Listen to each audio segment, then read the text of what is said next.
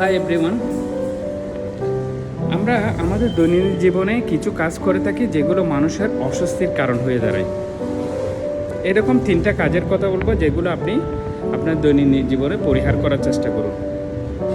প্রথম কাজটি হচ্ছে, আপনি যখন পাবলিক প্লেসে কারোর সাথে কথা বলবেন, কথার প্রসঙ্গে কারো ব্যক্তিগত বিষয় নিয়ে কখনো কথা বলবেন না। কারো পার্সোনাল লাইফ নিয়ে যখন আপনি জানতে চাইবেন, তখন সেই অবশ্যই এটা অস্বস্তি ফিল করবে এবং এই কাজটা থেকে আপনি বিরত থাকুন।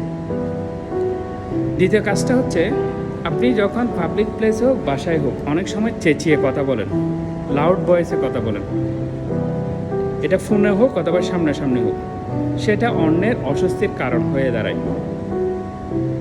সুতরাং আপনি লাউড ভয়েসে না বলে শান্ত ভয়েসে, শান্ত কণ্ঠস্বরে বলার চেষ্টা করুন। আর তৃতীয় যে কাজটি করবেন না আপনি কখনো, সেটা হচ্ছে, অনেক সময় আমরা মুখ ভর্তি খাবার নিয়ে মানুষের সাথে কথা বলি, সেটা সামনাসামনি হোক অথবা ফোনে হোক। সেই সময় কিন্তু যেই শুনতেছে তার কাছে এটা একটা বিরক্তকর বিষয় বলে মনে হয়। সুতরাং আপনি মুখ ভর্তি খাবার নিয়ে কখনো কথা বলবেন না। কয়েক সেকেন্ড পরে মুখের খাবারটা শেষ করে আপনি কথা বলার চেষ্টা করুন। সুতরাং দৈনন্দিন জীবনে এই 3 ধরনের যে অস্বস্তিকর কাজের কথা বললাম, সেগুলো আপনি পরিহার করার চেষ্টা করুন। দেখুন আপনি অন্যের কাছে আপনার মূল্যটা বৃদ্ধি করতে পারবেন সহজেই।